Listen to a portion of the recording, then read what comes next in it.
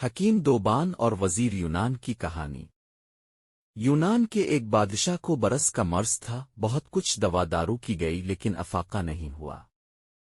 اس زمانے میں حکیم دوبان یونان پہنچا۔ جب اس کو حال معلوم ہوا تو اس نے عرض کیا کہ میں بغیر دوا کھلائے اور لگائی اب کا علاج کر سکتا ہوں۔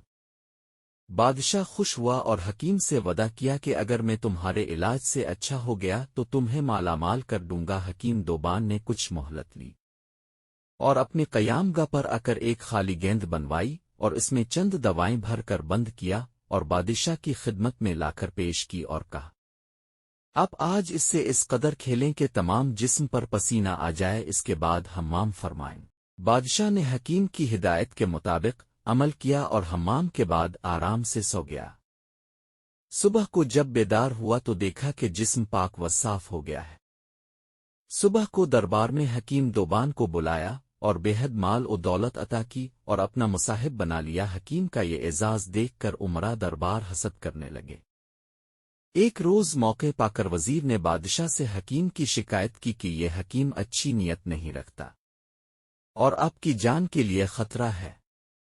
بادشاہ نے کہا کہ تم غلط کہتے ہو، اگر اسے مجھ سے کوئی شکایت ہوتی تو دوران علاج میں وہ مجھے ہلاک کر سکتا تھا، لیکن اس طبیب نے تو میری ایسی خدمت کی ہے کہ جو کوئی نہیں کر سکتا۔ تم صرف حسد کی وجہ سے ایسا کہتے ہو۔ مجھے سندباد کے وزیر کا قصہ یاد ہے جس نے شہزادے کی جان بچائی تھی۔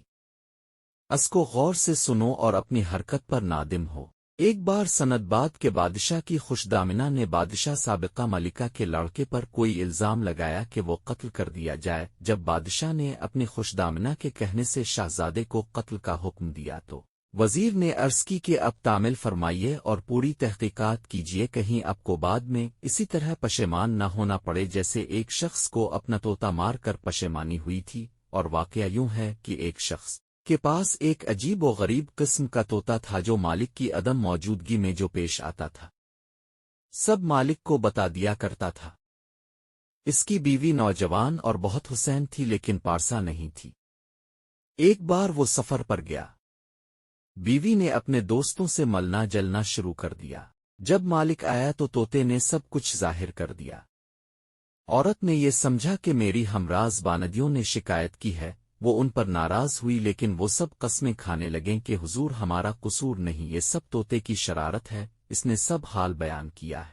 مالک نے کہا کہ میں اس کا انتظام کرتی ہوں، چنانچہ اس نے ایک ملازمہ کو کہا تم اس کے پنجرے کے پیچھے تمام شب چکی پیستی رہو، دوسری سے کہا کہ تم اس کے پنجرے پر پانی چھڑکتی رہوا، اور تیسری کو حکم دیا کہ تم دور سے اس پر آئینہ کا عکس ڈالتی رہو اور اس کا خیال رکھو کہ یہ طوطا تم میں سے کسی کو نہ دیکھ سکے۔ تمام رات یہ انتظام جاری رہا۔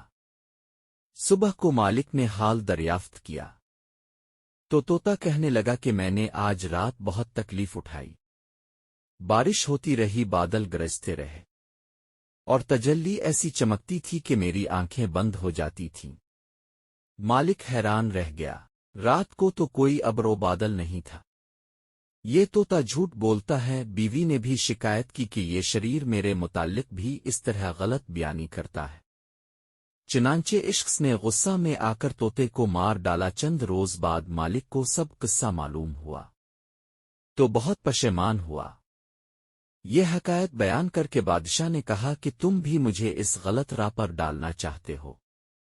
وزیر نے عرض کیا کہ میں خیر خواہ دوست ہوں مگر اپنے اس حکیم پر اعتبار کیا، آپ کے لیے بھی اسی طرح خطرہ ہے جیسے ایک وزیر نے بادشاہ زادے کو بچا کر اپنی جان دی۔ بادشاہ نے کہا اچھا وہ قصہ سناؤ، کیا ہوا؟